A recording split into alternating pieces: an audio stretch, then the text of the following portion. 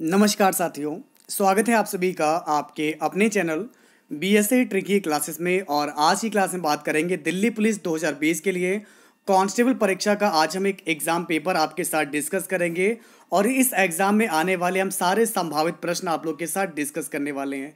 ये एक पूरा पेपर होगा आप सभी लोगों के लिए जो भी यहाँ पर इस बार दिल्ली पुलिस कांस्टेबल परीक्षा की तैयारी कर रहा है। तो आप लोग यहाँ पर देख सकते हैं कि कैसा पेपर आता है और कितनी आपकी जो है इसमें परफॉर्मेंस क्या रहने वाली है इस एग्ज़ाम के रिगार्ड। तो 27 नवंबर से आपकी परीक्षा होगी। तो ये 27 नवंबर का एक संभावित पेपर, इसमें मैंने कुछ प्रीवियस ईयर के क्वेश्चन लिए हैं। और आज का पैटर्न क्या रहेगा तो मैं आपको बता दूं। हमारी शुरुआत होगी रीजनिंग से। शुरुआत में रीजनिंग हम लोग करीब 25-30 क्वेश्चन डिस्कस करेंगे। फिर हम लोग बात करेंगे यहाँ पर जीके के, करीब जीके के हम लोग 50 क्वेश्चन डिस्कस कर लेंगे। जीके के बाद हम बात करेंगे कंप्यूटर के भी 5-10 क्वेश्चन डिस्कस करेंगे। और फिर बात करेंगे मैथ के भी, करीब हमने जो है 10 से 15 क्वेश्चन आपके लिए लिए गए। मतलब सेम जो आपका सिलेबस है, जो आपका पैटर्न है, उस पैटर्न को फॉलो करते हुए आज हम पूरा कंप्लीट पेपर आपके साथ डिस्कस करने वाले हैं। आपका बस एक ही टारगेट है कि आज आपको 90% क्वेश्चन बिल्कुल करेक्ट करने हैं। तो 90% आज आपका स्कोर होना चाहिए। तो इसी के साथ शुरुआत करते हैं अपने इस क्लास की। और आपको एक क्वेश्चन के लिए 10 सेकंड का टाइम दिया जाएगा। तो चलिए शुरू करते हैं आज की अपनी इस क्लास को। आइए देखते हैं। तो दोस्तों, आज का सबसे पहला क्वेश्चन आपको दिया गया है।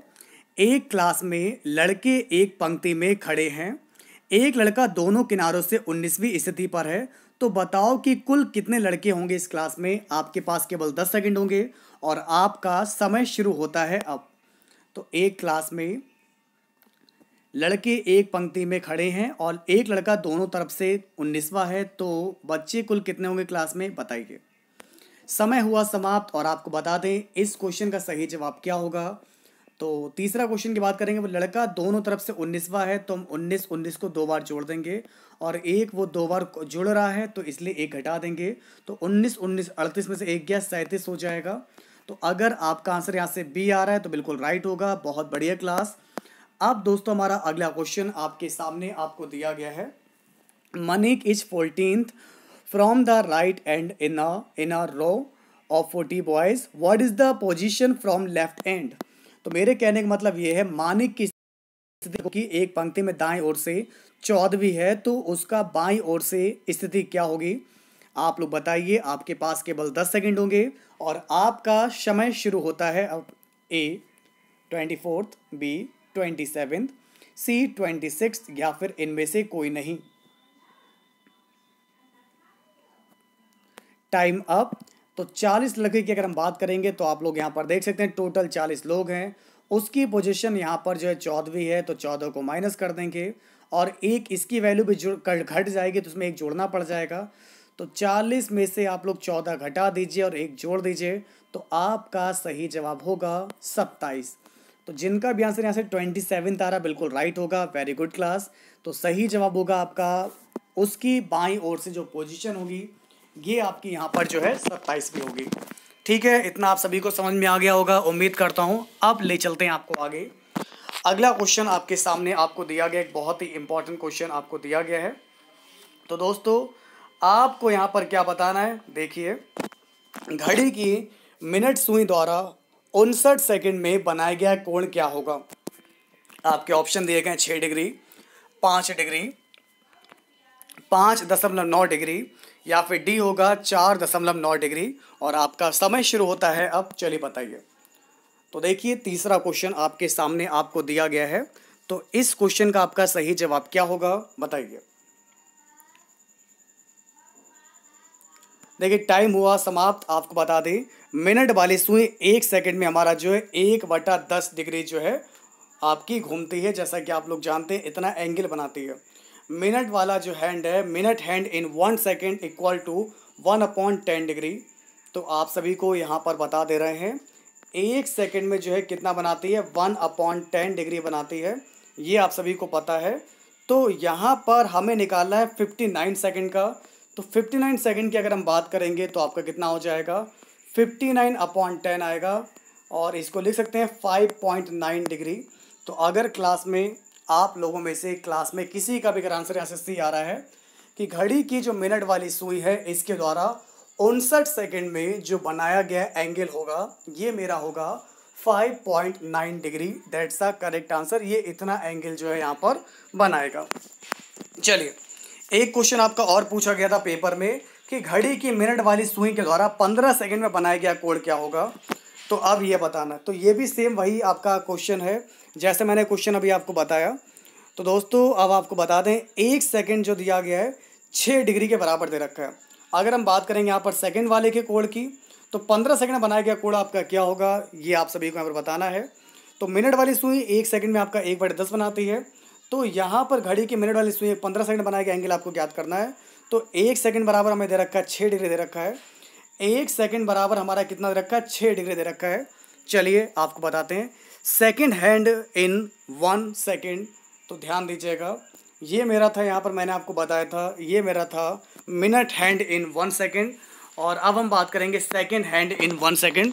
तो यहाँ से हमारा जो इसका एंगल होगा, तो अगर जिनको नहीं मालूम है तो मैं बता दूं, यहाँ से 1 सेकंड में इसके द्वारा बनाया गया जो एंगल होता है 6 डिग्री होता है।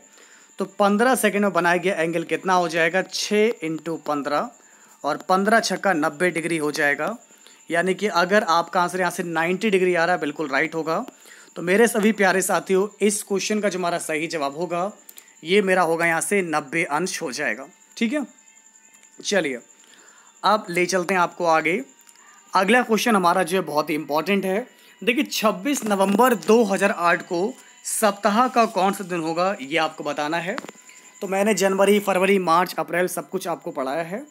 सबसे पहले दोस्तों आप लोग यहाँ पर देखिए, ये तीसरा जो क्वेश्चन आपको यहाँ पर दिया गया है ये एक बहुत इंपॉर्टेंट क्वेश्चन आपके सामने है।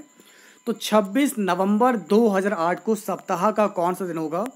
सबसे पहले लिखेंगे, डेट लिखेंगे। हमने यहाँ पर लिख लिया 26, ये मेरी डेट हो गई। नवंबर का कोड मेरा क्या होता है, 144 025 036 146। तो यहाँ पर अक्टूबर, नवंबर, दिसंबर। नवंबर का कोड मेरा 4 होगा। अगर आप चैनल पर नए हैं तो मैंने कैलेंडर टॉपिक पढ़ाया है, आप calendar BSA tricky classes search कर लीजिएगा, आपको मिल जाएगा। नवंबर का कोड 4 दे रखा है। साल के लास्ट के 2 डिजिट लेंगे तो हमने 08 लिख लिया। अब इन 8 सालों में लीप ईयर पढ़ेंगे, 4 दूनी 8, 2 पढ़ेंगे लीप ईयर। फिर मेरा सेंचुरी कोड होता है 1600, 1700, 1800, 1900, फिर 2000, 2100। तो 20 का कोड मेरा कितना होगा, 6 हो जाएगा। इसका कोड मेरा 6 लिख लिया। अब जोड़ लीजिए आप लोग, देखिए 6 4 10, 8 और 2 10, 10 और 10 20 और 6 26, 2 लगा हासिल, 2 और 2 4, मेरा 46 हो जाएगा। तो इनको मैंने जोड़ा, मेरा 46 हो जाएगा। 7 से काटेंगे, 7 छंग 42, 7 7 49, 7 छंग 42, 6 में से 2 गया 4, 4 5 6। तो देखिए 4 की अगर हम बात करेंगे तो 4 रिमाइंडर पे आपका कितना बचेगा, तो मेरा शेषफल जैसे कि 4 आ गया। तो 1 पर मेरा संडे आता है, 1 संडे, 2 मंडे, 3 ध्यान दीजिएगा हमारा संडे, मंडे, ट्यूसडे, और 4 मेरा यहाँ पर क्या आ जाएगा, यहाँ से आपको बता दें वेडनेसडे आ जाएगा। तो अगर हम तीसरे क्वेश्चन की बात करेंगे तो हमारा सही जवाब क्या होगा, बुधवार हो जाएगा। देखिए क्लास में अगर आपका आंसर यहाँ से बुधवार आ रहा है, बिल्कुल राइट होगा। तो यहाँ पर जो आपको सही जवाब दिया गया है बुधवार दिया गया है, तो यहाँ पर हमारा सही जवाब होगा बुधवार होगा। ठीक है, समझ में आ गया आप सभी को, कोई डाउट तो नहीं किसी को भी। चलिए अब आपको दिया गया है मई 1993 में रविवार को कौन कौन से दिनांक आएंगे, ये आपको बताना है। आपके पास केवल 10 सेकंड होंगे। आपका समय शुरू होता है अब। बताइए A, B, C या फिर आपका आंसर यहाँ से आएगा D आएगा। ये आप सभी को यहाँ पर बताना है। Okay, time up. देखिए फोर्थ क्वेश्चन की अगर हम बात करेंगे तो आप सभी लोग यहाँ पर देख सकते हैं फोर्थ क्वेश्चन के अकॉर्डिंग।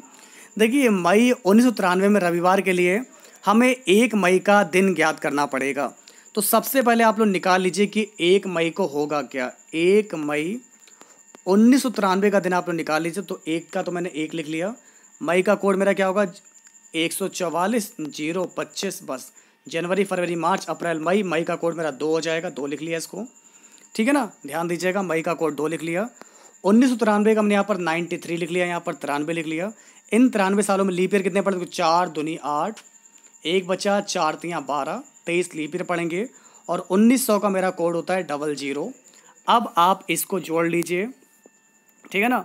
तो चलिए दोस्तों यहाँ पर जोड़ देते हैं, हमारा क्या यहाँ से आ जाएगा, तो ध्यान दीजिएगा आप लोग। यहाँ से 3 और 3 6 7 8 और 1 9, तो 3 3 6 7 8 और 1 9 हो जाएगा हाथ, ठीक है ना। और 9 और 2 मेरा 11 हो जाएगा, ठीक है ना। तो मेरा जोड़ने पर 119 आ गया, सही है ना मेरा। यहाँ पर देख सकते हैं आप लोग 93 96 97 98 99 और 20 119।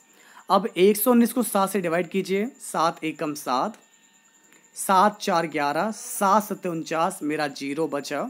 और जीरो का मतलब दोस्तों क्या होता है, शनिवार होता है, ठीक है ना। तो यहाँ पर फिलहाल यहाँ पर दे रखा है जीरो का मतलब यहाँ पर शनिवार हो गया, तो इसका मतलब 2 तारीख को मेरा रविवार हो सकता है।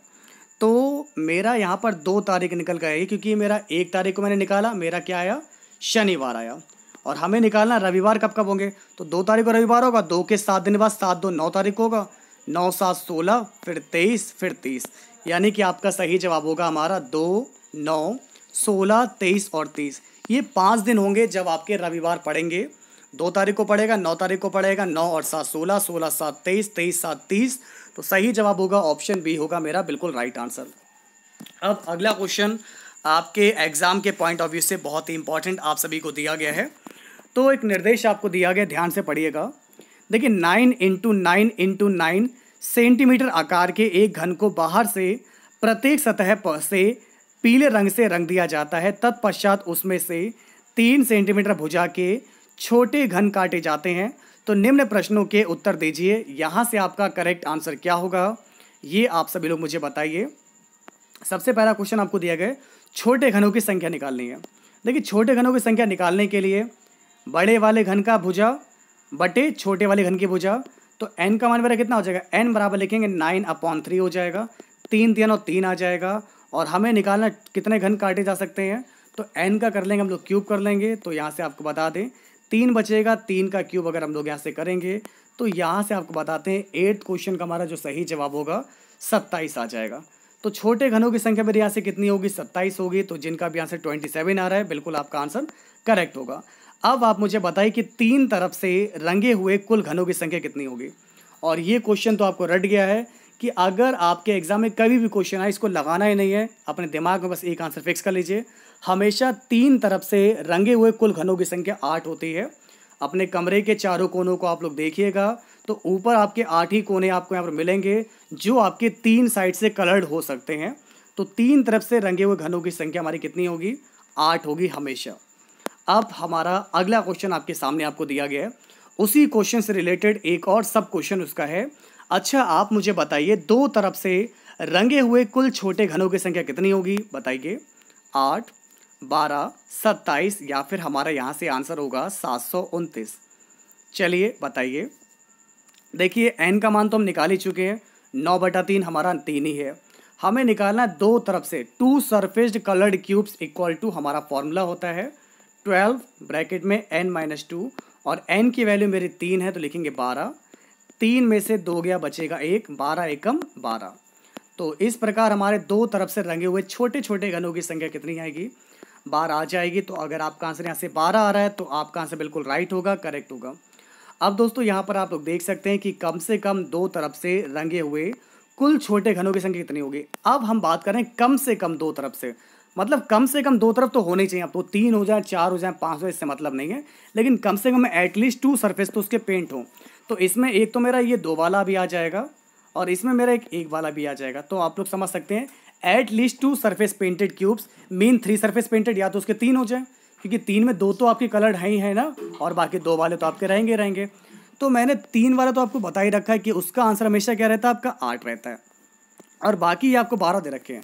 तो जो 3 तरफ से जो रंगे हुए जो घन होते हैं ये तो हमेशा आपके 8 रहेंगे, क्योंकि ये आपको रट गया है।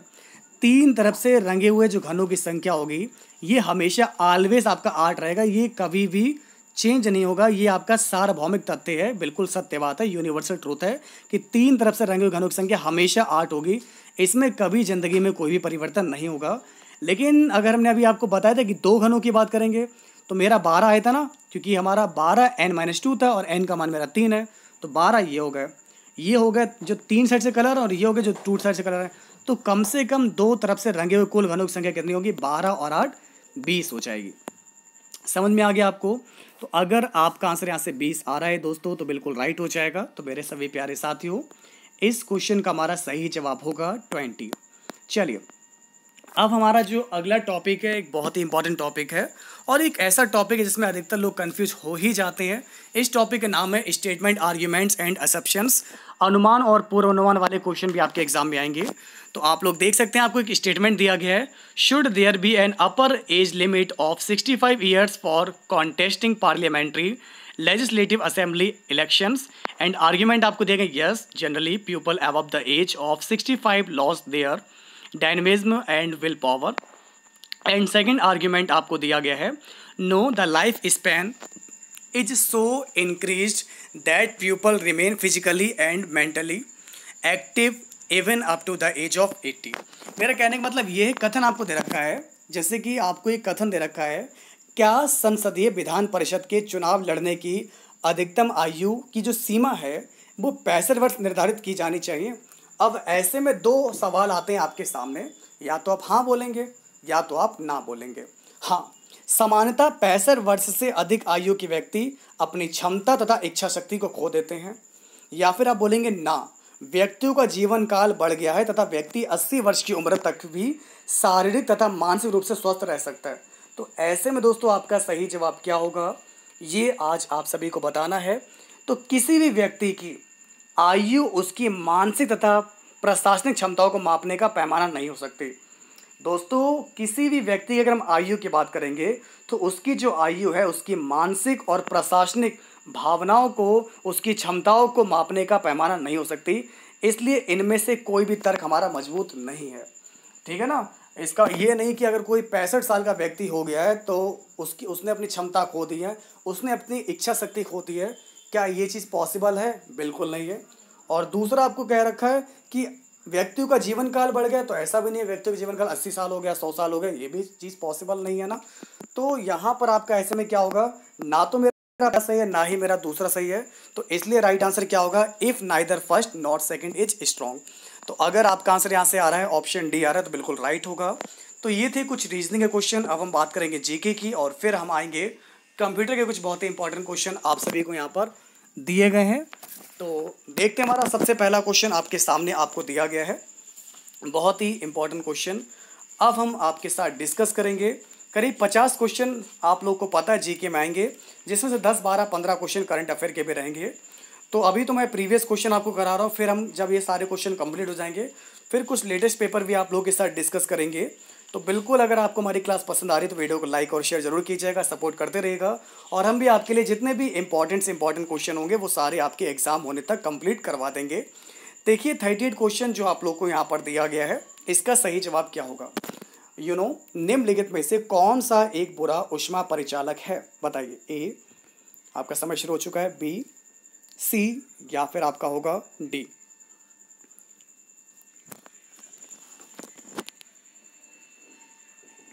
वेरी गुड साथियों, सही जवाब होगा आपका शीशा।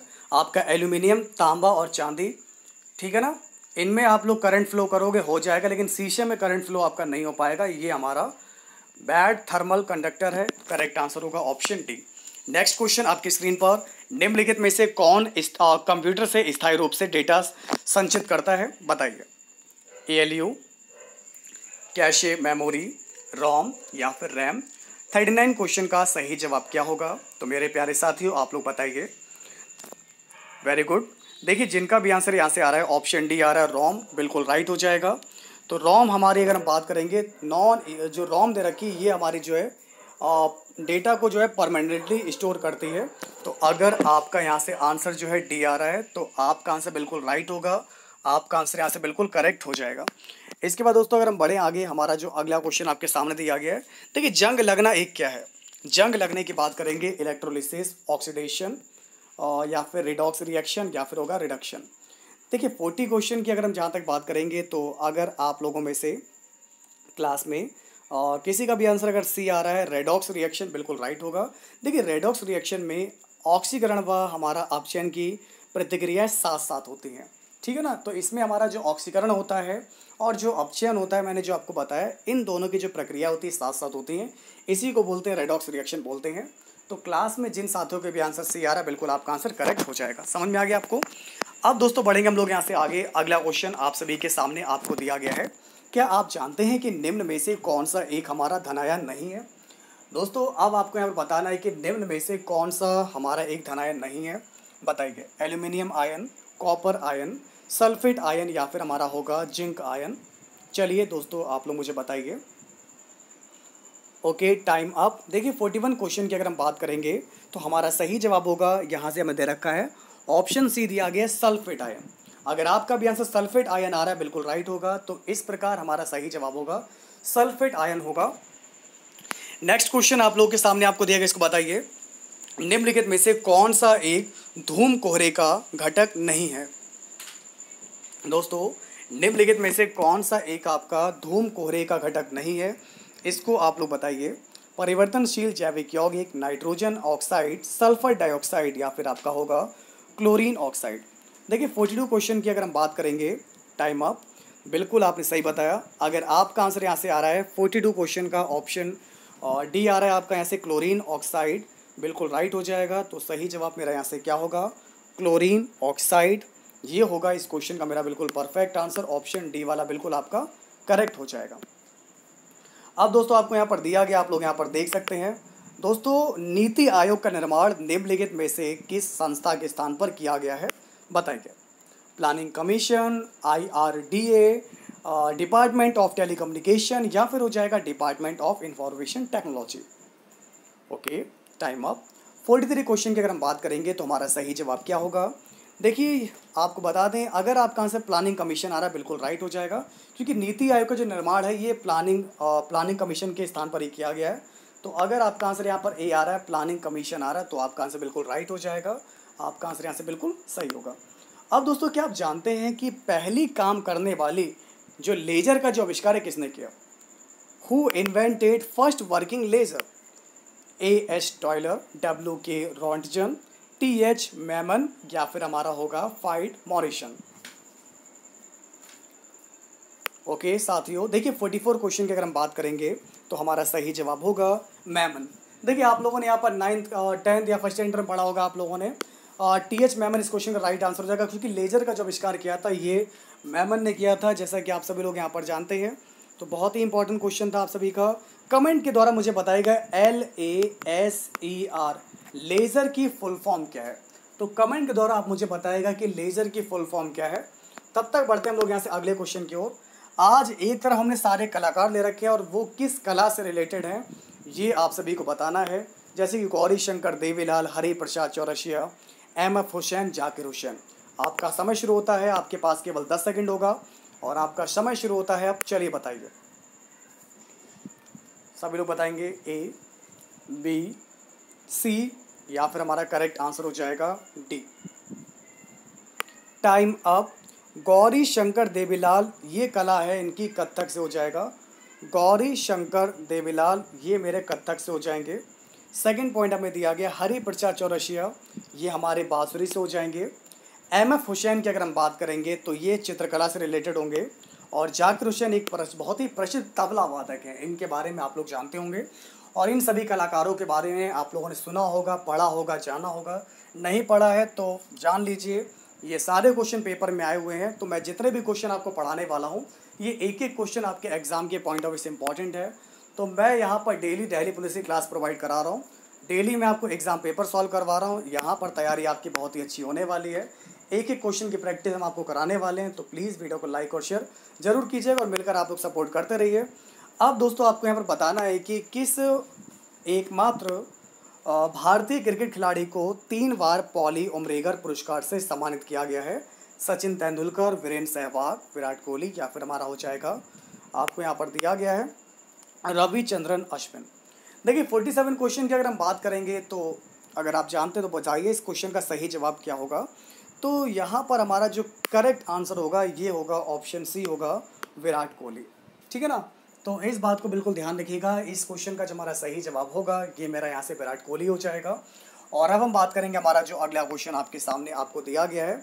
दोस्तों क्या आप जानते हैं द सेल आउट नामक पुस्तक के लेखक कौन है। चलिए बताइए, दी सेल आउट नामक पुस्तक के लेखक कौन है। A, B, सी, या फिर हमारा करेक्ट आंसर हो जाएगा D. Okay, time up. 48 question का हमारा सही जवाब होगा यहाँ से पॉल वेटी। तो दी सेल आउट नामक पुस्तक के लेखक कौन है? पॉल वेटी है। तो अगर आपका आंसर यहाँ से पॉल वेटी आ रहा है तो आपका आंसर बिल्कुल राइट हो जाएगा। Very good class. अब दोस्तों हमारा अगला क्वेश्चन आपके सामने आपको दिया गया है। किस देश को दिसंबर 2016 में संयुक्त राज्य अमेरिका का एक प्रमुख रक्षा सहयोगी घोषित किया गया? तो ये दोस्तों आप सभी को और बताना है कि यहाँ से आपका जो है करेक्ट एंड परफेक्ट आंसर क्या होगा। देखिए 49 क्वेश्चन की अगर हम बात करेंगे तो यहाँ से मेरा सही जवाब हो जाएगा भारत। तो अगर आप लोगों में से किसी का भी अगर आंसर यहाँ से भारत आ रहा है तो आपका आंसर बिल्कुल राइट होगा। बहुत ही बढ़िया साथियों। अगला क्वेश्चन आपके सामने आपको दिया गया है।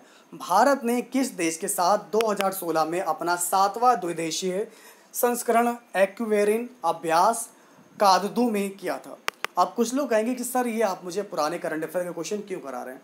ऐसे में आपका प्रश्न पूछना बिल्कुल लाजमी है। तो आपको बता दें यहाँ पर ये एक प्रीवियस ईयर का पेपर है और ये पेपर जो मैं आज आपको करा रहा हूँ, आपको मैं अभी डेट देख के बता रहा हूँ, ये जो पेपर आज मैं आपको करा रहा हूँ बहुत ही इंपॉर्टेंट पेपर है। ये हमारा 5/8/2017 का पेपर है। तो 2017 का पेपर, इसमें 2016 के क्वेश्चन तक पूछे गए हैं। मेरा बताने का उद्देश्य सिर्फ एकमात्र इतना ही है कि आप देख सकते हैं कि युद्ध अभ्यास वाले क्वेश्चन आज भी पूछे जा रहे हैं पेपर में। और अभी जो हाल ही में जो भी युद्ध अभ्यास हुए तो इससे ये पता चलता है कि आपको जितने भी युद्ध अभ्यास अभी भारत ने जिन जिन कंट्री के साथ करे हैं तो उन सभी युद्ध अभ्यासों को पढ़ लीजिएगा। तो फिलहाल मैं इसका आंसर तो बता दे रहा हूँ 50 क्वेश्चन का, बस एक बार पढ़ लीजिएगा। मैंने बता दिया मालदीव्स हो जाएगा।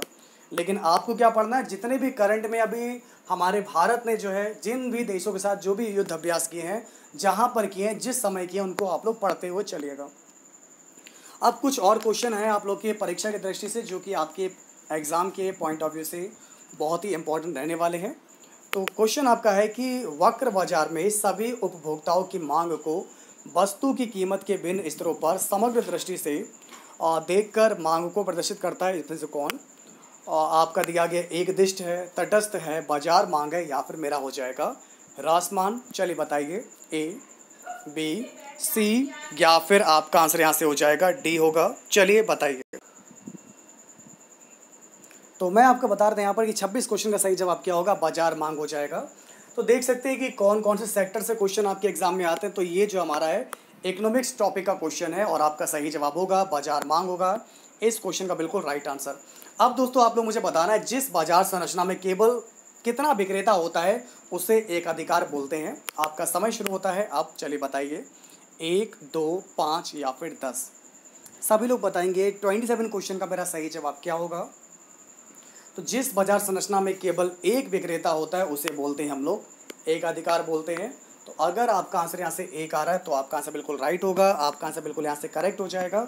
इसका दोस्तों अगर हम बात करें, हमारा अगला क्वेश्चन जो आपको यहाँ पर दिया गया है, मार्क्सवादी communist party of India CPIM जो है फाउंडेड, इसकी जो स्थापना हुई है किस वर्ष हुई है? 1885 में, 1980 में। तो ये दोस्तों आप सभी को और बताना है कि आपका सही जवाब क्या होगा। देखिए 28 क्वेश्चन के बारे में इसके बारे में आपको बताना चाहूँगा क्योंकि एक बहुत ही इंपॉर्टेंट क्वेश्चन है। और मार्क्सवादी की अगर हम बात करेंगे तो मार्क्सवादी कम्युनिस्ट पार्टी ऑफ इंडिया यानी कि CPIM की जो स्थापना है ये हुई थी 1964 में। तो दोस्तों इसको नोट कर लीजिए, यहाँ पर इसकी स्थापना हुई थी 1964 में। तो सबसे पहले इसकी जो स्थापना हुई थी 1964 में हुई थी और ये मुख्यतः आपकी केरल, पश्चिम बंगाल और त्रिपुरा में सक्रिय है। ये कहाँ कहाँ एक्टिव है ये वाली पार्टी? केरल में, पश्चिम बंगाल में, त्रिपुरा में सक्रिय है। और इसका चुनाव चिन्ह क्या है, क्या आप जानते हैं? इसका चुनाव चिन्ह है हसिया और हथौड़ा है और ये भारत की एक राष्ट्रीय पार्टी है। ठीक है ना। अच्छा, आज हम आपको कुछ पार्टियों के बारे में बताते हैं क्योंकि ये क्वेश्चन आपके लिए बहुत बहुत इंपॉर्टेंट है। प्रेजेंट टाइम में मान्यता प्राप्त हमारे जो है करीब 7 राष्ट्रीय पार्टियां, कितनी हैं? करीब 7 राष्ट्रीय पार्टियां हैं। भारतीय जनता पार्टी जिसकी स्थापना 1980 में हुई थी, BJP जैसे बोलते हैं आप लोग। उसके बाद आपकी भारतीय राष्ट्रीय कांग्रेस 1885, उसके बाद आपकी मार्क्स कम्युनिस्ट पार्टी 1964, भारतीय communist party 1925, Bahujan Samaj party 1984, राष्ट्रवादी कांग्रेस पार्टी 1999, तृणमूल कांग्रेस हमारी जो है 7वीं राष्ट्रीय पार्टी है। एक सबसे खास बात आज आपको बता दें दोस्तों, आप लोग नोट कर लीजिएगा कि अभी जो है 7वीं राष्ट्रीय जो हमारी पार्टी है इसका नाम क्या होगा? Note this point, Trinamool Congress. Note कर लीजिए आप लोग इसको, तृणमूल कांग्रेस। ठीक है ना। चलिए इसके बाद दोस्तों ले चलते हैं आपको आगे। अगला क्वेश्चन आपके सामने आपको दिया गया है, भारतीय संविधान के किस मौलिक अधिकार में कहा गया है कि मानव व्यापार, जबरन श्रम और 14 वर्ष से कम उम्र के बच्चों को मजदूरी पर रखना एक अपराध है। बताइए आप लोग यहाँ से, right to equality, right to freedom, right against exploitations, या फिर होगा धार्मिक स्वतंत्रता का अधिकार। ओके, बहुत बढ़िया साथियों। अगर आपका आंसर यहाँ से सी आ रहा है तो बिल्कुल राइट हो जाएगा। करेक्ट आंसर हो जाएगा शोषण के विरुद्ध अधिकार के तहत ये एक अपराध है। तो हमारा सही जवाब होगा शोषण के विरुद्ध अधिकार। तो अगर आपका आंसर यहाँ से शोषण के विरुद्ध अधिकार आ रहा है तो बिल्कुल आपका आंसर राइट हो जाएगा। 1528 में किसने चंदेरी में राजपूतों को हराया? 1528 में किसने चंदेरी में राजपूतों को हराया? चलिए बताइए, ए, बी, सी या फिर डी। बताइए आप लोग यहाँ से।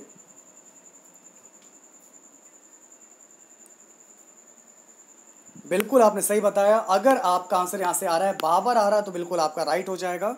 तो 30 क्वेश्चन का सही जवाब होगा। ये बात है 1528 की, और 1528 में जो चंदेरी का युद्ध हुआ था ये बाबर और मेदिनी राय किसके बीच हुआ था? बाबर और मेदिनी राय के बीच में लड़ा गया, जिसमें राजपूत मेदिनी राय हमारा पराजित हुआ। इसके बाद दोस्तों बढ़ेंगे आगे। हमारा जो अगला क्वेश्चन आपके सामने आपको दिया गया है, 1928 में स्थापित हिंदुस्तान सोशलिस्ट रिपब्लिकन आर्मी के नेता कौन थे? आपके ऑप्शन आपके सामने आपको दिया गया है, 4 ऑप्शन आपके सामने। आपका समय शुरू होता है। अब चलिए आप लोग बताइए। तो आप सभी को यहाँ पर क्या बताना है, 1928 में स्थापित हिंदुस्तान सोशलिस्ट रिपब्लिकन आर्मी के नेता कौन थे? जैसा कि आपने बिल्कुल सही बताया, चंद्रशेखर आज़ाद। अगर मेरे प्यारे साथियों आपका सही जवाब आ रहा है चंद्रशेखर आज़ाद आ रहा है तो आपका आंसर बिल्कुल राइट होगा, करेक्ट हो जाएगा। सही जवाब होगा चंद्रशेखर आज़ाद। दोस्तों, भूपृष्ठ के कुल क्षेत्रफल का लगभग कितना प्रतिशत भाग भूमि है? इसको आप लोग यहाँ पर बताइए। चलिए बताइए, ए, बी, सी या फिर डी।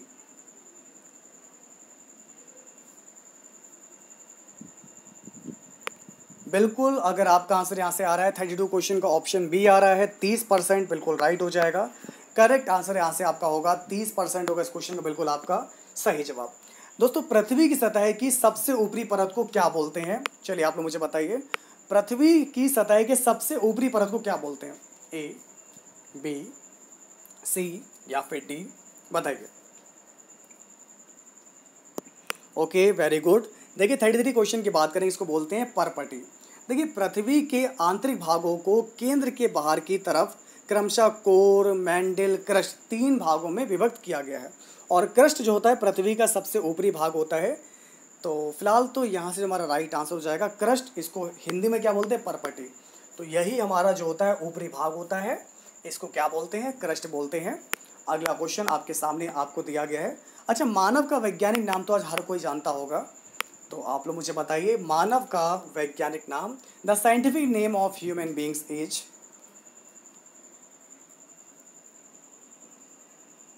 ओके, 34 क्वेश्चन का सही जवाब होगा होमो सेपियंस। इस क्वेश्चन का बिल्कुल राइट आंसर हो जाएगा। तो सही जवाब दोस्तों मेरा क्या होगा यहाँ से? होमो सेपियंस हो जाएगा। मानव का वैज्ञानिक नाम क्या होगा? मानव का वैज्ञानिक नाम होगा होमो सेपियंस। इसके बाद दोस्तों बढ़ेंगे हम लोग यहाँ से आगे। अगला क्वेश्चन आपके सामने आपको दिया गया है, अधिकांश पुष्पी पादपों में 4 गुरु बीजाणुओं में से कार्यशील तथा अल्प विकसित गुरु बीजाणुओं का अनुपात क्या होता है? इसको आप लोग मुझे बताइए। 2 अनुपात 2:2, 1:3, 3:1 या फिर होगा 4:0। बताइए। बिल्कुल दोस्तों आपने सही बताया। अगर हम इस क्वेश्चन की बात करेंगे तो हमारा सही जवाब होगा 1:3 होगा इस क्वेश्चन का बिल्कुल राइट आंसर। दोस्तों जिनको नहीं मालूम है तो उन सभी को बताना चाहूँगा कि देखिए जो आपका बीजांड है तो बीजांड में अर्धसूत्रण द्वारा, बीजांड में हमारा माइटोसिस द्वारा हमारा मेगास्पोर का विकास होता है और इस क्रिया को जो है हम लोग मेगास्पोरोजेनेसिस कहते हैं। तो अगर आपका आंसर यहाँ से आ रहा है 1:3 आ रहा है तो आपका आंसर बिल्कुल राइट होगा, करेक्ट हो जाएगा। अब क्या आप जानते हैं कि सभी जटिल प्राणियों का शरीर केवल कितने प्रकार के आधारभूत ऊतकों का बना हुआ है? इसको आप सभी लोगों को बताना है। ए 4000, बी 400, सी 40 और डी आपको दिया गया 4। तो चलिए दोस्तों आप लोग बताइए कि यहाँ से आपका सही जवाब क्या होगा, बताइए। अगर आपका आंसर यहाँ पर आ रहा है 4 आ रहा है तो आपका आंसर बिल्कुल राइट होगा, करेक्ट हो जाएगा। तो जैसे कि मैंने दोस्तों आपको बताया 36 क्वेश्चन के बारे में, देखिए 4 पार्ट में हमारा जो है ये ऊतकों का बना होता है। सभी जटिल प्राणियों का जो शरीर होता है, सभी, अगर हम अपनी बात करें, आपकी बात करें, जितने भी ह्यूमन है इस दुनिया में, तो सभी जटिल प्राणियों का शरीर केवल जो है 4 प्रकार के आधारभूत कोशिका जो है ऊतकों का बना होता है। पहला होता है आपका यहाँ से उपकला ऊतक, जिसको बोलते हैं हम लोग यहाँ से एपिथेलियल टिश्यू। दूसरा होता है कनेक्टिव टिश्यू यानी कि संयोजी ऊतक। तीसरा होता है मस्कुलर टिश्यू जिसको बोलते हैं पेशी ऊतक। और चौथा होता है हमारा यहाँ से नर्वस टिश्यू जिसको बोलते हैं तंत्रिका ऊतक। तो हर प्राणी की अगर हम बात करेंगे तो केवल जो शरीर है ये केवल और केवल 4 प्रकार की आधारभूत ऊतकों का बना हुआ है। तो अगर आपका आंसर 4 आया था तो बिल्कुल राइट था। 4 ही क्यों था वो मैंने आज आपको बता दी कि वो कौन कौन से 4 नाम हैं जिनसे हमारा जो है शरीर बना हुआ है, वो 4 हमारे कौन से ऊतक हैं। इसके बाद नेक्स्ट क्वेश्चन आपको दिया गया है, वह मीटर जो वाहन के द्वारा तय की गई दूरी को मापता है उसे क्या बोला जाता है, बताइए। स्पीडोमीटर, ओडोमीटर, थर्मोमीटर या फिर आपका होगा किलोमीटर। चलिए इसको आप लोग बताइए। वेरी गुड साथियों, 37 क्वेश्चन की बात करेंगे, तुम्हारा सही जवाब होगा ऑप्शन बी होगा मेरा यहाँ से ओडोमीटर आ जाएगा। देखिए वह मीटर जो वाहन के द्वारा तय की गई दूरी को मापता है। जैसे कि आप कार चला रहे हैं, बाइक चला रहे हैं, तो आपने कितनी दूरी तय करी, 100 किलोमीटर, 200 किलोमीटर, तो ये कौन मेजर कर रहा है, आपका ओडोमीटर। इसको बोलते हैं पथमापी। ठीक है, तो ये थे दोस्तों आज जीके के कुछ बहुत ही ज़्यादा इंपॉर्टेंट क्वेश्चन। और अब हम बात करेंगे कंप्यूटर की। कंप्यूटर में किस तरीके से क्वेश्चंस आप लोग के एग्जाम पेपर में आपको मिलेंगे। तो आज हमने सुबह एक क्वेश्चन आपको होमवर्क में दिया था, उसी क्वेश्चन से शुरुआत करेंगे। तो क्वेश्चन हमने आपको दिया था होमवर्क में यूएसबी की फुल फॉर्म क्या है। पहला क्वेश्चन आज आपका कंप्यूटर का यही है, यूएसबी की फुल फॉर्म क्या है। चलिए आप लोग बताइए, ए, बी, सी या फिर डी। तो ये आपको बताना है यहाँ से। तो चलिए दोस्तों आपको यहाँ बता दें 27 क्वेश्चन का हमारा सही जवाब क्या होगा। सही जवाब होगा मेरा यहाँ से यूनिवर्सल सीरियल बस। ठीक है ना, तो यूएसबी की हमारी फुल फॉर्म क्या है, यूनिवर्सल सीरियल बस। ये इस क्वेश्चन का बिल्कुल हमारा जो है करेक्ट आंसर हो जाएगा। नेक्स्ट क्वेश्चन आपको यहाँ पर दिया गया है कि इनमें से क्या एक हार्डवेयर नहीं है, बताइए।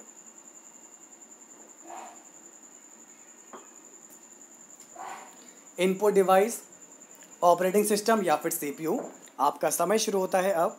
देखिए हार्डवेयर की अगर हम बात करेंगे तो आपका इस क्वेश्चन का सही जवाब क्या होगा, बिल्कुल ऑपरेटिंग सिस्टम। हार्डवेयर थोड़ी ना, ऑपरेटिंग सिस्टम एक हमारा सिस्टम सॉफ्टवेयर है, ये एक सॉफ्टवेयर है ना कि एक हार्डवेयर है। बाकी इनपुट डिवाइस कह लीजिए, चाहे सीपीयू कह लीजिए, चाहे आउटपुट डिवाइस कह लीजिए, ये सब कुछ आपका हार्डवेयर में आता है। बट ये जो ऑपरेटिंग सिस्टम है ये आपका एक सॉफ्टवेयर है। ठीक है, चलिए नेक्स्ट क्वेश्चन की बात करेंगे। हमारा अगला क्वेश्चन आपको दिया गया है, कंप्यूटर में कौन हार्डवेयर। देखिए हार्डवेयर का मतलब क्या है। अच्छा, हार्डवेयर क्या है, सॉफ्टवेयर क्या है। एक नॉर्मल सी चीज़ बताते हैं, जिनको आप टच कर लें वो हार्डवेयर हो गए। जैसे माउस छू लेंगे आप लोग, आपके पास माउस है, कीबोर्ड है, डेस्कटॉप है, मॉनिटर है, इनको टच कर सकते हैं। बट जो आपका कंप्यूटर के अंदर जो माइक्रोसॉफ्ट वर्ड पड़ा है, ऑफिस पड़ा, क्या उनको छू लेंगे आप लोग, नहीं छू पाएंगे। टच तो आप स्क्रीन को करेंगे, ना कि माइक्रोसॉफ्ट वर्ड को। तो वो आपके सॉफ्टवेयर हो गए। और बाकी जिनको टच कर पा रहे हैं वो आपके हार्डवेयर हैं।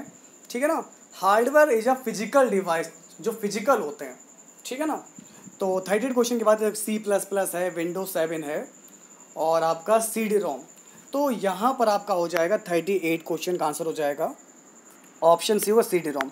अब देखिए जो CD-ROM है आपका, उसको आपने ओपन किया, CD लगाई, इंसर्ट कर दिया। DVD-ROM की बात करें, CD-ROM की बात करें, ये आपकी हार्ड डिस्क, ये जो आपके हार्डवेयर में आ गए। ठीक है ना, बाकी आपका लैंग्वेज है विंडोज 7 या ऑपरेटिंग सिस्टम, ये सब कुछ सॉफ्टवेयर में आ रहा है। तो आपका सही जवाब क्या होगा, ऑप्शन सी होगा। चलिए मुझे बताइए निम्नलिखित में से कौन सा हार्डवेयर नहीं है। अब की बार दोस्तों आपको बताना कि कौन सा आपका हार्डवेयर नहीं है। सही जवाब होगा जावा। जावा कोई हार्डवेयर नहीं है। क्यों नहीं है, क्योंकि जावा एक हमारी प्रोग्रामिंग लैंग्वेज है। ये एक लैंग्वेज है, ना कि हार्डवेयर है। बाकी प्रोसेस चिप, माउस, प्रिंटर, जिनको हम टच कर लेंगे, तो ये एक मेरा हार्डवेयर हो जाएगा। बट जो जावा है, जावा is a object oriented language.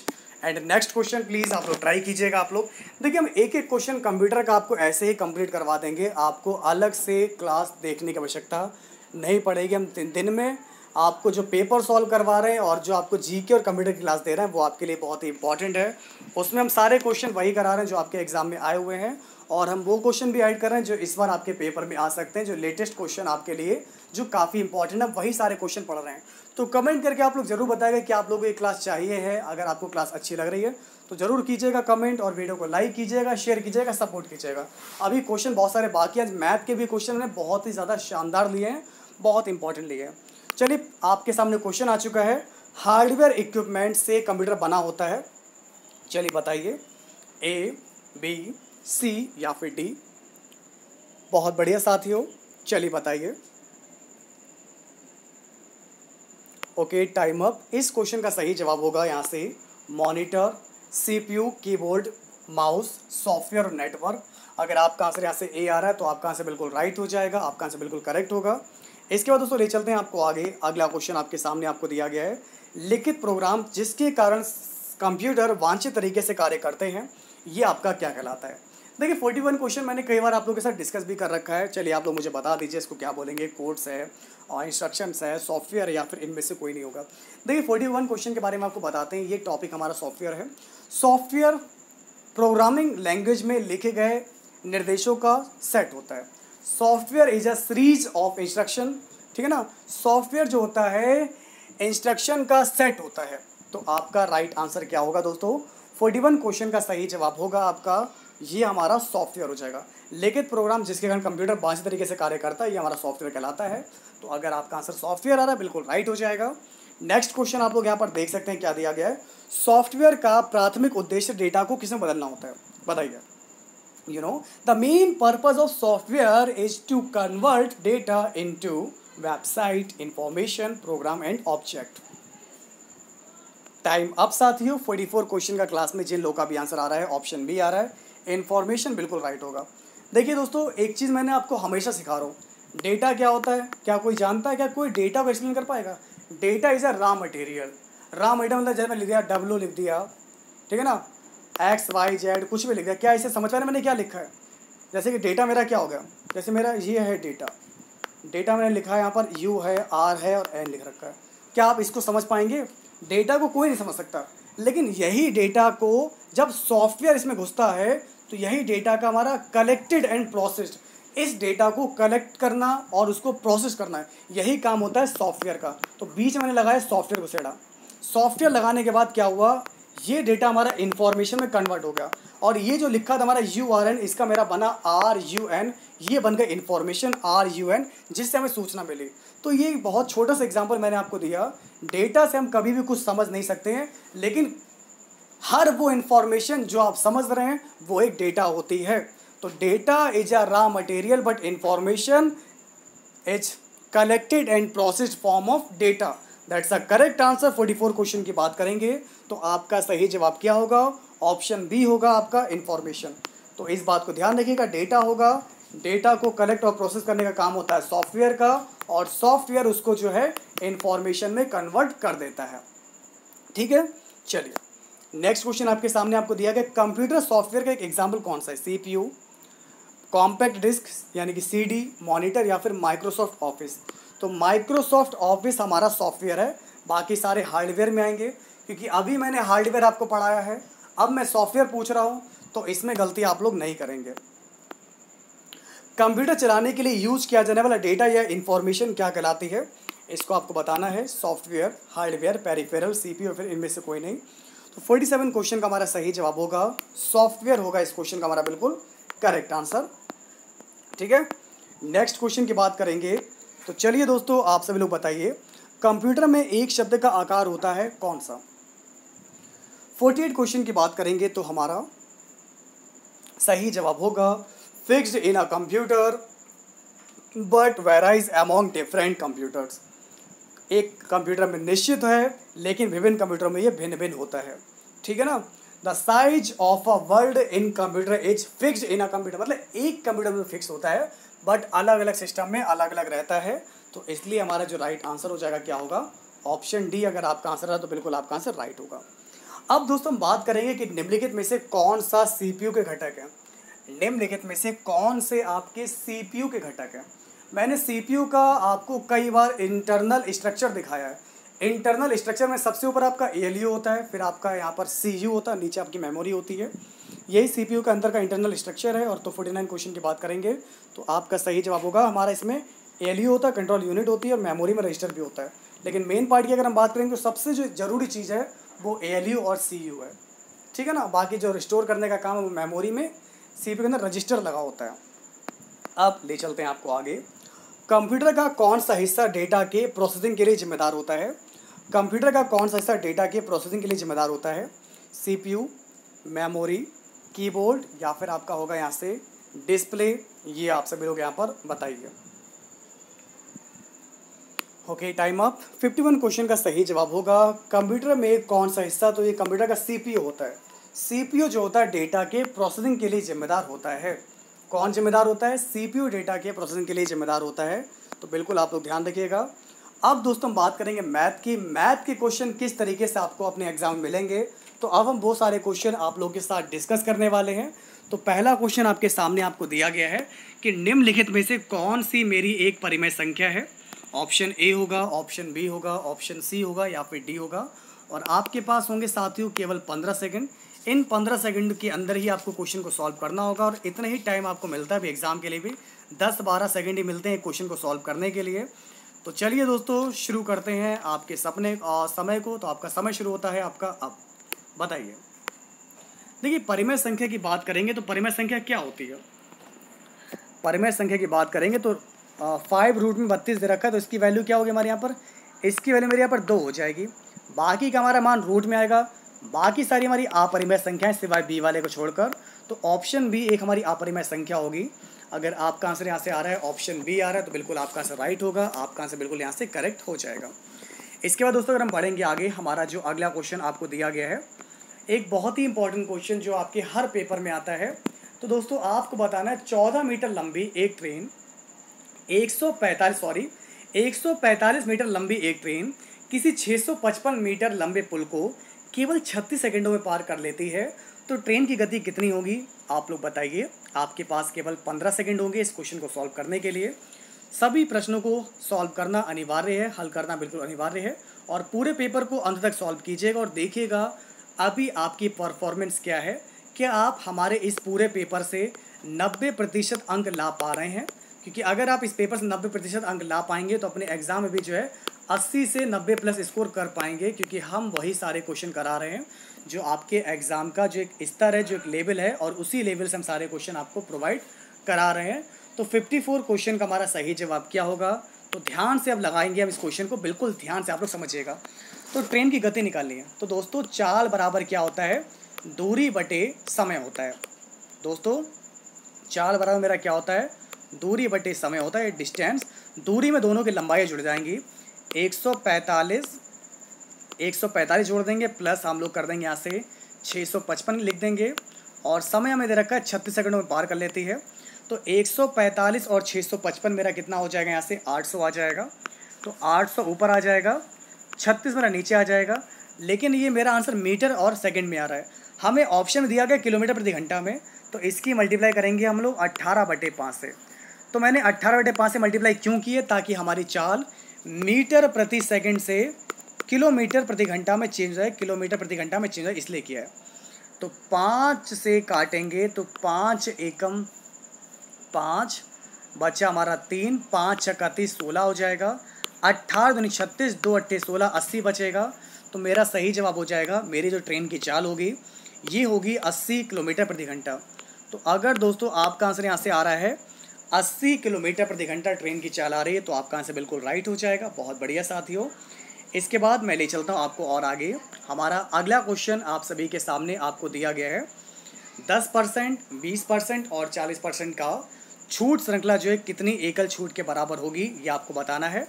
आपके पास 15 सेकंड होंगे, आपका समय शुरू होता है अब। आपके ऑप्शन यहाँ पर दिए गए हैं 50%, बी आपको यहाँ पर दिया गया है 60%, सी आपको दिया गया है 60.28% और डी आपको यहाँ पर दिया गया है 56.8% आपको दिया गया है। तो समय हुआ समाप्त। दोस्तों अगर आपके सामने कभी भी इस टाइप का क्वेश्चन आए तो हमेशा एक बात को ध्यान रखिएगा, तरीका सिंपल है, आपको सक्सेसिव मेथड को अप्लाई करना है। लेकिन सक्सेसिव मेथड भी हम लोग केवल 2-2 करके ही अप्लाई कर सकते हैं, एक साथ 3 में अप्लाई नहीं कर पाएंगे। तो हमारा इसमें सक्सेसिव मेथड अप्लाई लिखेंगे 10 प्लस का लिखेंगे हम लोग दोस्तों यहाँ पर लिखेंगे 10 प्लस का मेरा 20 आ जाएगा, माइनस लिखेंगे 10 इंटू 20 अपॉन में कर देंगे 100। तो यहाँ पर मेरा कितना हो जाएगा 10 और 20 मेरा यहाँ से 30 आएगा और इधर आपका 0 0 कैंसिल हो जाएगा, 2 का 2 बचेगा। तो 30 से 2 घटाएंगे तो 28 हो जाएगा। मतलब साफ है, जब हमने इन दोनों को सॉल्व किया तब मेरा 28 तक आ गया था। तो यहाँ से तो मैंने देखा कि हमारा जो 28 तक आ गया है, अब 40 और करना है। अब अप्लाई करेंगे आगे के लिए 28 और 40 पर। तो 28 प्लस 40 लिखा, माइनस का लिखा 28 इंटू में लिखा 40 और अपॉन में आ जाएगा 100 आ जाएगा। 0 से 0 हमने कैंसिल कर दिया, तो 8 0 8 हो जाएगा, 4 2 6 हो जाएगा, माइनस लिखेंगे। देखिए 4 अट्ठे 32, 4 अट्ठे 32, 3 से लगा, 4 दूनी 8, 9 10 11, हमारा आ जाएगा 11.2 आ जाएगा। तो 11 हम लोग घटा देंगे, 68 में से 10 घटाया हमारा आ जाएगा ठीक है ना, घटाया हमने यहाँ पर 58 आ जाएगा। 58 में से इसको जो है हमने 11 घटा लीजिए, 8 में से गया 7, 6 में से गया 5, 57 और इसमें से आपको पॉइंट 2 और घटाना तो 56.8 आ जाएगा। यानी कि आपका सही जवाब होगा ऑप्शन डी आ जाएगा। तो क्लास में अगर 55 क्वेश्चन का किसी का भी अगर आंसर यहाँ से आ रहा है 56.8% बिल्कुल राइट होगा। अगला क्वेश्चन आप लोग यहाँ पर देख सकते हैं, आपको यहाँ पर क्या दिया गया है। यदि एक व्यक्ति ने एक वस्तु 96 रुपये की खरीदी थी और इसे 12.5% लाभ पर बेच दिया था, तो वस्तु का विक्रय मूल्य कितना था ये आप लोग बताइए। 105 रुपये, 110 रुपये, 112 रुपये या फिर हमारा होगा 108 रुपये होगा। तो ये आप लोग को बताना है। चलिए आप लोग बताइए। तो एक वस्तु मैंने खरीदी कितने की थी, देखिए साथियों, एक कोई चीज़ है जिसको मैंने यहाँ पर 96 रुपये का ख़रीदा और मैंने उसको इतने परसेंट के लाभ पर बेच दिया, यानी कि 112.5/100 लिखेंगे। तो जब हम इसको सॉल्व करेंगे तो मेरा सही जवाब हो जाएगा। तो मेरा वस्तु का विक्रय मूल्य कितना हो जाएगा, 108 रुपये हो जाएगा। इस क्वेश्चन का मेरा बिल्कुल राइट आंसर। अगर आपका आंसर यहाँ से 108 रुपये आ रहा है तो साथियों बिल्कुल आपका आंसर राइट होगा। Very good. नेक्स्ट क्वेश्चन आप लोग यहाँ पर देख सकते हैं। 59 क्वेश्चन एक बहुत ही ज़्यादा इंपॉर्टेंट क्वेश्चन आपको दिया गया है। दो स्थानों के बीच की दूरी आपको यहाँ पर दी गई है। देखिए, दो स्थानों के बीच की दूरी को 62 किलोमीटर प्रति घंटा की गति से 3.5 घंटों में पूरी की जाती है। यदि इसी गति को अगर 8 किलोमीटर प्रति घंटे से बढ़ा दिया जाए तो कितना समय हमारा बच जाएगा। चलिए पहले निकालेंगे, हम लोग दूरी निकालेंगे। हमें यहाँ पर दे रखा है चाल, ये मेरी चाल है, ये मेरा समय है। तो डिस्टेंस बराबर हो जाता है स्पीड इंटू टाइम हो जाएगा। डिस्टेंस बराबर होता है स्पीड इंटू टाइम होगा। चाल दे रखी है मुझे 62 किलोमीटर प्रति घंटा। समय दे रखा है 3.5 मतलब 7/2 में समय दे रखा है। इसको मुझे सॉल्व करना है। 2 से काटेंगे, 2 3 6, 2 एकम 2, 7 एकम 7, 7 3 21। तो मेरी डिस्टेंस आ जाएगी 217 किलोमीटर। तो अब मेरी जो दूरी है कितनी आ गई है, दूरी मेरी आ चुकी 217 किलोमीटर आ गई है। अब पहले मेरी चाल 62 थी, लेकिन आज चाल मेरी 8 बढ़ा दी गई। तो 62 और 8 कितना हो जाएगा, 70 हो जाएगा। इसको सॉल्व कर लेंगे। 7 3 21, 7 एकम 7/10। तो 31/10 का मतलब हो जाएगा 3 सही 1/10। 3 से 1/10, यही तो मेरा राइट आंसर हो जाएगा। तो 31/10 मेरा समय आ रहा है। पहले की बात है तो पहले समय लग रहा था 3 से 1/2 का। पहले हमें लग रहा था 3 से 1/2 का टाइम लग रहा था, लेकिन अब समय लग रहा है 3 से 1/10 का समय लग रहा है। तो इसको सॉल्व किया, मेरा अंतर आ गया 2/5 घंटा। 2/5 घंटे को मैंने मिनट बदलने के लिए 60 से कर दिया मल्टीप्लाई, ताकि ये घंटे मेरा मिनट में आ जाए। तो 5 से करेंगे, काटेंगे तो 5 एकम 5, 5 दूनी 10, 12 दूनी 24। तो कितने समय की बचत होगी। तो दोस्तों आप लोग यहाँ पर देख सकते हैं हमारा जो समय की जो टाइम की बचत होगी ये हो जाएगा 24 मिनट होगा। तो जिनका भी आंसर 24 मिनट आ रहा है बिल्कुल आपका आंसर राइट हो जाएगा, करेक्ट होगा।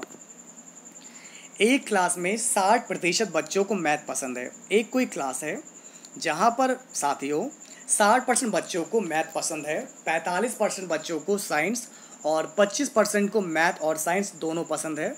तो ऐसे कितने प्रतिशत बच्चे हैं जिन्हें कम से कम एक विषय अनिवार्य रूप से पसंद है। चलिए आप लोग बताइए। आपका समय शुरू होता है अब।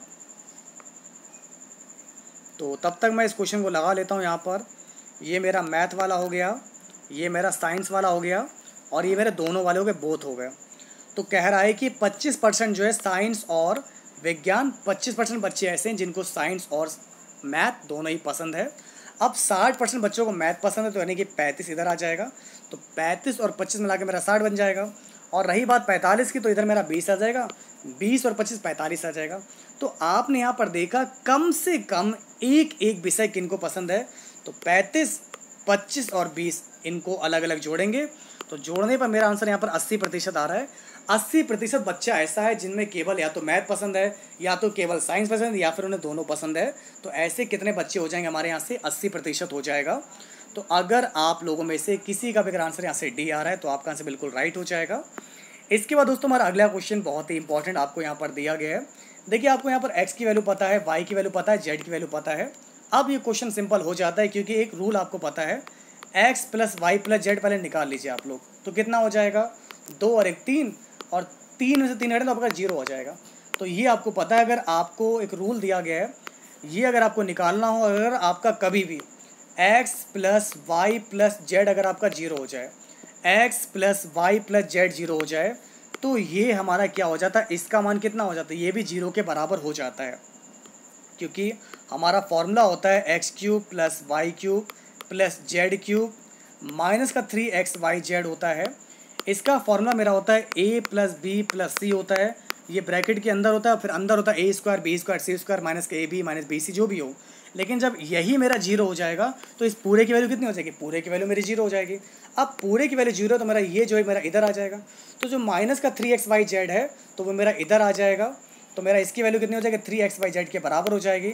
तो जब इसको आप लोग सॉल्व कर लेंगे, तो आपका इसकी वैल्यू क्या होगी? ये भी आपका 0 हो जाएगा। तो आगे सॉल्व करने की आवश्यकता ही नहीं है, क्योंकि यहाँ से देखते ही मैं समझ गया था इसका मान 0 हो जाएगा, क्योंकि मेरा xyz का मान 0 दे रखा है। तो निश्चित रूप से इसका भी मान हमेशा 0 ही रहेगा, चाहे कुछ भी आप लोग कर लीजिए, कितना भी लंबा सॉल्व करेंगे तब भी आपका अंत में आपको 0 ही मिलेगा। अब एक विक्रेता है, एक विक्रेता ने 40 दर्जन केले जो है 250 रुपये खरीदे। एक विक्रेता ने 40 दर्जन केले 250 में खरीदे। अब उनमें से 30 केले हमारे सड़ गए, जिन्हें बेचा नहीं जा सका। बाकी शेष केलों को प्रति दर्जन के हिसाब से कितने रुपए में बेचें ताकि हमें 20% का फ़ायदा हो जाए? तो आपके पास 15 सेकंड है, आपको यहाँ पर 20% का फ़ायदा निकालना है। आपको यहाँ पर दिएगा 12 रुपया, 10 रुपया, 8 रुपया और 6 रुपया, ये आपको बताना है। तो इस क्वेश्चन का हमारा सही जवाब क्या होगा? चलिए ट्राई कीजिए। देखिए दोस्तों, आपको बता दें समय हुआ समाप्त। बड़ा ही अच्छा क्वेश्चन आपके सामने आपको यहाँ पर दिया गया था। 40 दर्जन में से 30 केले खराब हो गए। 30 केले का मतलब आप लोग समझ रहे हैं, 30/12 कर लीजिए। 30/12 हमारे जो है केले खराब हो गए। तो 40 दर्जन में से मैंने 30/12 दर्जन निकाल दिए, तो हमारा कुल कितना दर्जन बचा है यहाँ पर? देखिए लिख ले रहे हैं इसको, 40 माइनस 6 पंजे 30, 6 दूनी 12, 5/2 आ जाएगा। इसको सॉल्व कर ले, मेरा 75/2 आ गया। मतलब अब हमारे पास जो केला बचा है, वो केला कितना बचा है? 75/2 दर्जन केले हमारे पास अभी बचे हुए हैं। 75/2 दर्जन केले आज भी हमारे पास सुरक्षित रूप से हमारे पास हैं। अब ये जो केले हैं अभी भी 250 रुपये खरीदे हमने, तो इनकी कीमत भी कितनी होगी? 250 रुपये की होगी। तो दोस्तों ध्यान दीजिएगा, इन केलों की कीमत हमें कितनी दे रखी है? 250 रुपये दे रखी है। अब मुझे इस पर जो है 20% का फ़ायदा चाहिए। तो अब निकालेंगे 250 का, मुझे यहाँ से कितना निकालना पड़ेगा? 120 हम लोग यहाँ पर निकाल लेंगे। हमें निकालना है 1 दर्जन केले की कीमत। तो चलिए दोस्तों निकालते हैं। हमें क्या निकालना है? प्रति दर्जन निकालना है। ये जो अभी लिखा हुआ है ये 75/2 दर्जन के बराबर है। इसको सॉल्व आप लोग कर लीजिएगा। देखिए 75/2 हमारा जो है, हमें निकालना 1 दर्जन, तो हमारा 2 ऊपर चला जाएगा और 75 मेरा नीचे आ जाएगा। 2/75 इसको नीचे कर लेंगे, तो 2/75 इंटू में आपका 250 दिया गया, और फिर आपका 120/100 दे रखा है। इसको आप लोग कैसे भी करके सॉल्व कर लीजिए। देखिए चलिए 25 से काटते हैं, 25 एकम 25, 0 आ गया, और 25 चौक मेरा यहाँ पर 100 आ गया। ठीक है, 4 से काटेंगे, 4 तियाँ मेरा 12, 30 आ जाएगा यहाँ से। ओके, और इसको सॉल्व करते हैं यहाँ से। तो आप लोग यहाँ पर देख सकते हैं, ये मेरा 300, ये मेरा 75, यहाँ मेरा 4 आ जाएगा, और 4 दूनी कितना आ जाएगा? 8 आ जाएगा। मतलब अगर हमें 20% का फ़ायदा चाहिए, तो हमें जो है 1 दर्जन केला अब जो है कितने में बेचना पड़ेगा? 8 रुपये में बेचेंगे। तो हमें प्रति दर्जन, अगर हम 8 रुपये में केलों को बेचेंगे, 8 रुपये प्रति दर्जन बेचेंगे, तो हमें 20% का फ़ायदा हो जाएगा। इसके बाद दोस्तों ले चलते हैं आपको आगे। अगला क्वेश्चन बहुत ही सिंपल है। एक कार्य आपको दिया गया, 15 पुरुष 20 दिनों में कर सकते हैं, जबकि उसी कार्य को 24 महिलाएं 20 दिनों में कर सकती हैं।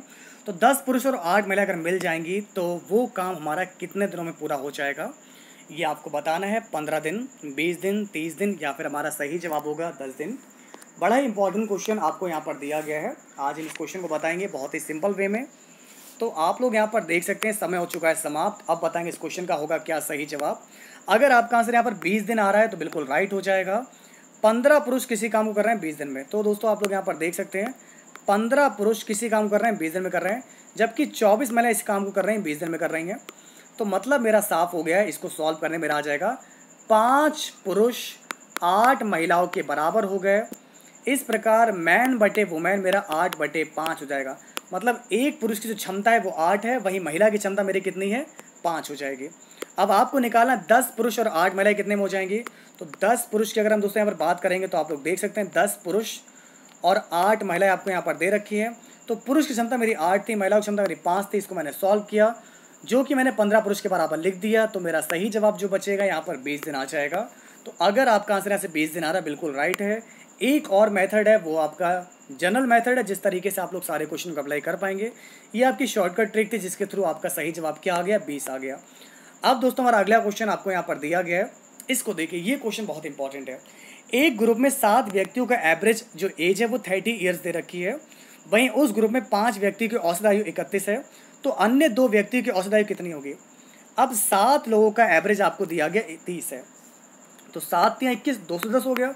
तो 7 लोगों का टोटल जो आयु का जो हो जाएगा योगफल 210 हो जाएगा, माइनस 5 लोगों का 31 दे रखा है यहाँ पर, ठीक है ना। तो 155 हो जाएगा। अब जो हमारा इसका जो अंतर आएगा वो बचे हुए 2 लोगों का तो आएगा। तो ये 2 जो लोग बचे हैं इनका हमारा अंतर 55 आ गया। लेकिन हमें इन दोनों का एवरेज निकालना, 2 लोग 2 से डिवाइड कर देंगे। तो दोस्तों इस प्रकार मेरा सही जवाब क्या होगा, 27.5 आ जाएगा। लेकिन आप कहेंगे ऑप्शन तो देने रखा है, इसलिए हमारा राइट आंसर डी हो जाएगा, क्योंकि अन्य 2 व्यक्तियों का जो एवरेज एज होगी ये मेरे 27.5 साल हो जाएगी। तो अगर आपका आंसर यहाँ से डी आ रहा है तो आपका आंसर बिल्कुल राइट होगा दोस्तों, आपका आंसर बिल्कुल करेक्ट हो जाएगा। इसके अलावा दोस्तों बढ़ेंगे हम लोग यहाँ से आगे। अगला क्वेश्चन आपके सामने दिया गया, एक बहुत ही इंपॉर्टेंट क्वेश्चन आपको दिया गया है। ए किसी कार्य को एक दिन में आधा कर सकता है, बी उसी कार्य को एक दिन में उसी कार्य को जो है पूरे कार्य को कर सकता है, सी के एक दिन के कार्य को बी एक दिन में आधा कर सकता है। तो कार्य में उनकी दक्षता का अनुपात आपको निकालना है। बड़ा ही प्यारा क्वेश्चन आपके सामने आपको दिया गया है। अब ध्यान समझिएगा यहाँ पर क्वेश्चन क्या है, क्या रहा है। देखिए ए जो है, मात्र आपका जो ए है, ए आपका देखिए ए आपका एक दिन में केवल आपका आधा काम कर पा रहा है, वहीं बी जो है उसी एक दिन में आपका जो एक काम को कर लेता है। लेकिन सी की बात करेंगे, कह रहा है सी जो है बी का दिन का आधा ही कर पा रहा है। तो बी अगर एक कर पा रहा है तो यहाँ पर सी का एक दिन का कार्य हो जाएगा 2 हो जाएगा।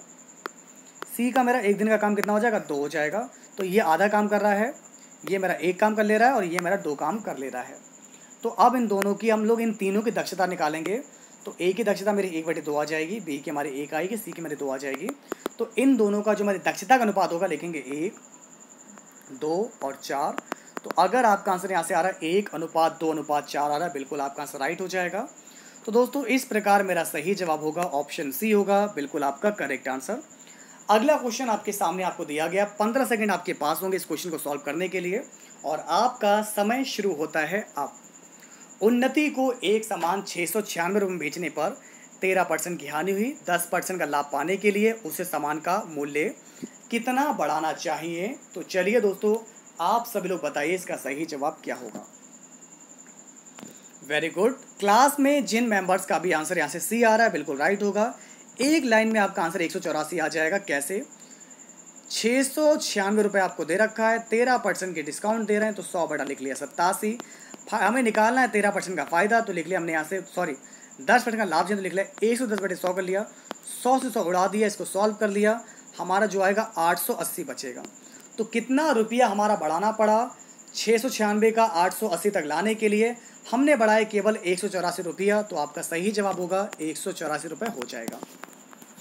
और ये है दोस्तों हमारा आज का अंतिम प्रश्न, जिसका जवाब आज आप सभी लोग कमेंट के माध्यम से बताएंगे।